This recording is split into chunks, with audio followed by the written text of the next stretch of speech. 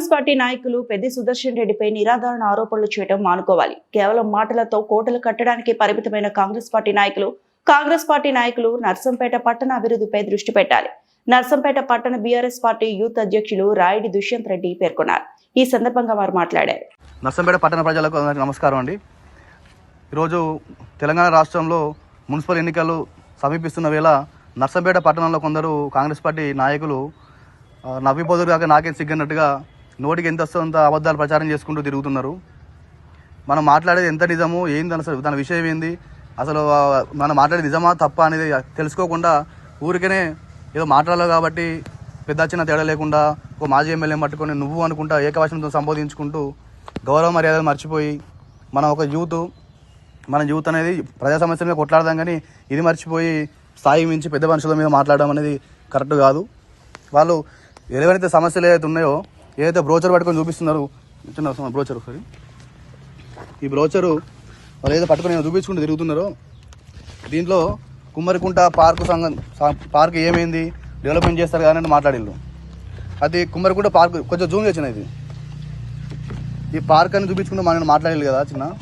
ఇప్పుడు ఈ పార్క్ ఒకటి చూపిస్తున్నావు, కానీ నువ్వు ఒకటి ఎదుటి వాళ్ళని వేరైతే చూపించినప్పుడు అదే 4,000 మనకెళ్ళి చూపిస్తే కూడా తెలుసుకోవాలి మనము. ఎందుకంటే దాని బట్టే ఉన్న మన సెంట్రల్ డివైడర్స్ అయితే ఏంది, సెంట్రల్ లైటింగ్ అయితే ఏంది, మనము నర్సంపేటలో జంక్షన్స్ అయితే ఏంది, వెనుక ఉన్న ఆడిటోరియం అయితే ఏంది, వాటితో పాటు veg market, non veg market, నర్సంపేటలో సబ్ స్టేషన్స్,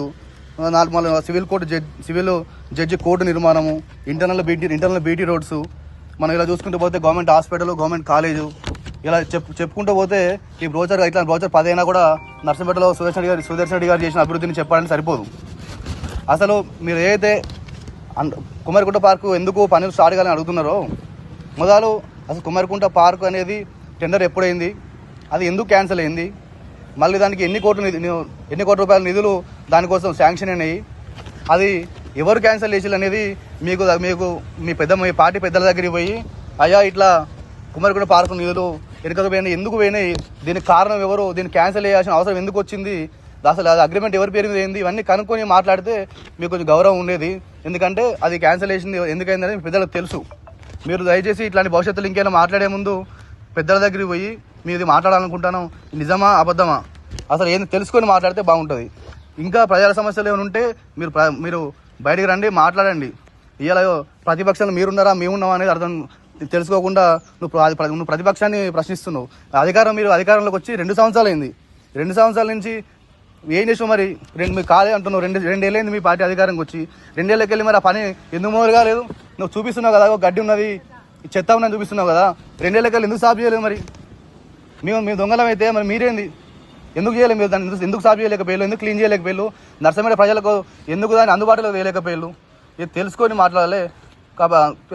ఒకటి మీరు అది మాట్లాడినప్పుడు నిన్న రీసెంట్గా పేపర్లో పత్రికల ఒక ప్రకటన వచ్చింది, చూసిండొచ్చు మీరు. హైదరాబాద్ అనుకుంటా ఏం రాసిండు, 10 కోట్ల రూపాయలు పందుల పాలన రాసిండు. మీకు కొంచెం అసలు పేపర్ చదివి మీకు అలవాటు ఉంటే ఆ 10 కోట్ల రూపాయలు పందుల పాలన ఎందుకైంది అనేది ఇక్కడికి అర్థమవుతుంది మీకు. మన దగ్గర 10 కోట్ల రూపాయలతోటి ఒక నాన్ వెజ్ మార్కెట్ కట్టి, ఒక 5 కోట్ల రూపాయలతోటి ఆడిటోరియం కట్టి ప్రజల కోసం అందుబాటులో తీసుకొచ్చి చేయాలనుకుంటేప్పుడు మీరు చూడండి, దీని కిటికీలలో కట్టెలు పెట్టింది. దీని కాంపౌండ్ వాళ్ళే కాలేదు. ఇది 2019లో మొదలయ్యి 23లో ఎలక్షన్లు వచ్చే వరకు దాదాపు 90% పనులన్నీ పూర్తి అయిపోయినాయి. 2 ఏళ్ల కాలంగా కాంగ్రెస్ పార్టీ ప్రభుత్వం అది వచ్చినప్పటి నుంచి ఇప్పటి వరకు దీని కలర్ కూడా వేయలేదు, కనీసం దీని ముందు బండలు కూడా వేయలేదు, కాంపౌండ్ కట్టలేదు. అంటే ఎందుకు నిర్లక్ష్యం ఇంత? మరి దీన్ని డెవలప్మెంట్ చేసుకుంటే ఒక పేద ఆడపిల్ల పెళ్ళవు కదా, మరి దీన్ని ఎంతో మంది ఫంక్షన్ చేసుకుంటారు కదా, ఏదైనా మీటింగ్లు పెట్టుకుంటారు కదా, దీన్ని ఎందుకు ఆపుతున్నట్టు? మరి 2 ఏళ్ళేంది కదా, 2 ఏళ్ళకి ఏం చేస్తారు మీరు? ఇవన్నీ మీ కళ్ళ కనబడతలేవా? కళ్ళ ముందు బిల్డింగ్ కనబడుతుంది కదా కట్టినట్టు, మీరు ఏం చేసేది? దీనికి సమాధానం చెప్పండి మాకు. దాని కిటికీలలో బూజు పట్టినది, రేకులు అడ్డం పెట్టిళ్ళు. అదే 2 ఏళ్ళకి వెళ్ళి మీకు దీనికి కనీసం కిటికీలు పెట్టే పైసలు లేవు మన కాడ. ఈరోజు అదే మనం 39 కోట్ల రూపాయలు తెచ్చినామని నిన్న మీరు ఏదో ప్రెస్ మీద రిలీజ్ చేసిల్లు కదా, ఆ 39 కోట్లలో 1 నుంచి 9 వార్డులకు సంబంధించిన వర్క్స్ మీరు చూపిస్తున్నారు. ఒకసారి వచ్చింది ఈ 1 నుంచి 9 వార్డులకు వచ్చే పైసలు 9 వార్డులు చూపిస్తున్నారు కదా, దీంట్లో మరి 9 తర్వాత వార్డులు ఎందుకు లేవు, అసలు ఈ 9 వార్డుల ఫండ్స్ ఇప్పుడు ఎందుకు వచ్చినాయి అనేది మీకు తెలుసా? ఈ గతంలోనే 42 కోట్లతో సుదర్శన్ రెడ్డి గారు నర్సంపేట మున్సిపాలిటీకి ఫండ్ నిధులు టీఎఫ్ఐడిసి ద్వారా శాంక్షన్ చేసి తీసుకొచ్చడం జరిగింది. తీసుకొచ్చిన పైసలు టెండర్లు అయినాయి, అగ్రిమెంట్లు అయినాయి కొన్ని. ఇవన్నీ క్యాన్సిల్ చేసింది మన కాంగ్రెస్ ప్రభుత్వమే. అది మీరు తెలుసుకోవాలి, పెద్దలను అడిగి తెలుసుకొని మాట్లాడితే బాగుంటుంది. అప్పుడు క్యాన్సిల్ చేసి అది టెండర్లు కొన్ని ఈ 9 వార్డులలో ఉన్న వర్కులను డైవర్ట్ చేసి వేరే వార్డుల్లో పెట్టుకొని ఈ రోజు ఏదో ఎలక్షన్లు వస్తున్నాయి కాబట్టి పరుగు పోతుందని ప్రజలు అడుగుతున్నారని ఏదో ఇది ఇంకా టెండర్ ప్రక్రియ కూడా కాదు, ఇంకా ఓన్లీ బడ్జెట్ శాంక్షనే. అది టెండర్లు అయ్యేది ఎప్పుడు, వర్కులు అయ్యేది ఎప్పుడు, ఇవన్నీ ప్రజలు గమనిస్తలేరా, తెలుస్తలేవా? 9 వార్డులకు వచ్చినాయని మేము గతంలో క్యాన్సిల్ అయినని చెప్పినాం. ఎందుకు క్యాన్సిల్ అయినా ఇప్పుడు సమాధానం కూడా చెప్పలేవారు. ఇవాళ మీ పని చేస్తామని చెప్తున్నారు.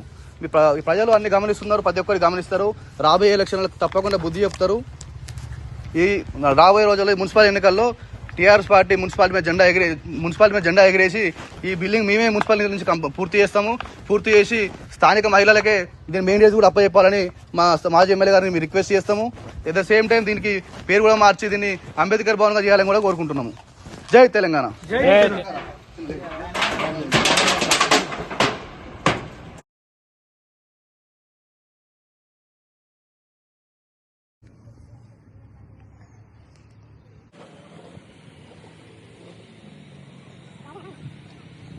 మరిన్ని అప్డేట్స్ కోసం మా ఛానల్ని సబ్స్క్రైబ్ చేయండి.